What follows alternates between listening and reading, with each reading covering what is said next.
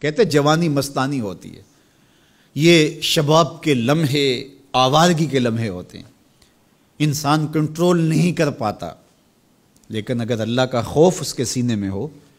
اس کی محبت اس کے رگ و ریشہ میں محو نفوذ ہو، تو پھر جوانی میں توبہ کرنے والے اور جوانی میں اللہ کی رضا جوئی کے لیے کوشاں ہونے والے اللہ کی خاص رحمتوں اور کرم نوازیوں سے مالا مال ہوتے ہیں۔ ارشاد فرمائے ان شبابہ فیما ابلہ،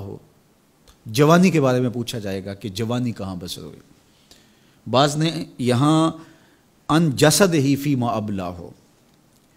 ابن حبان نے اور امام ترمذی نے جو حدیث روایت کی ہے اس میں یہ لفظ بیان کیے ہیں کہ جسم کے بارے میں سوال ہوگا،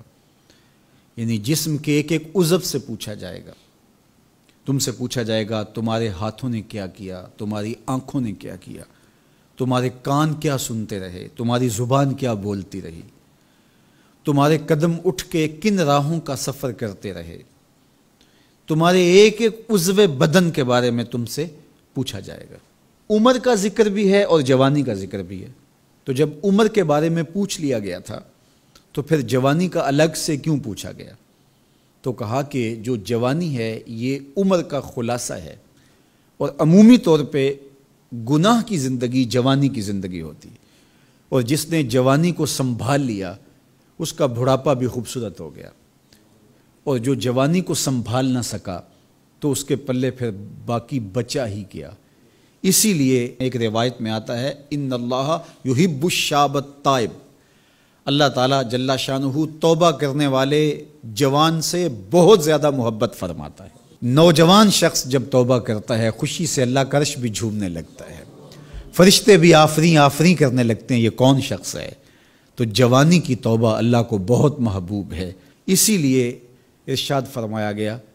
کہ وَشَابٌ نَشَأَ فِي عِبَادَةِ اللَّهِ، وہ جوان جس کی جوانی اللہ کی عبادت میں گزرتی ہے،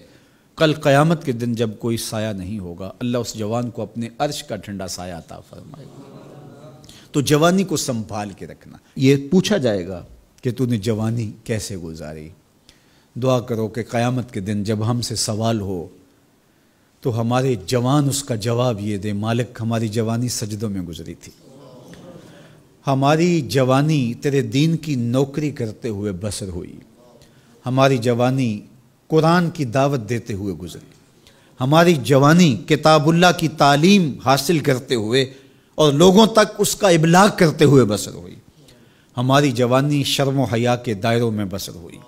ہماری جوانی تیرے ذکر میں، تیری یاد میں، تیری محبت میں بسر ہوئی۔ تو وہ جوان جس کی جوانی اللہ کی یاد میں بسر ہوئی ہوگی تو پھر وہ اللہ کو عرض کرے گا کہ مالک جوانی تو تھی، شباب کی جولانیاں تو تھیں، میرے معاصر میرے ہم عمر شباب کی لذتوں میں کھوئے ہوئے تھے،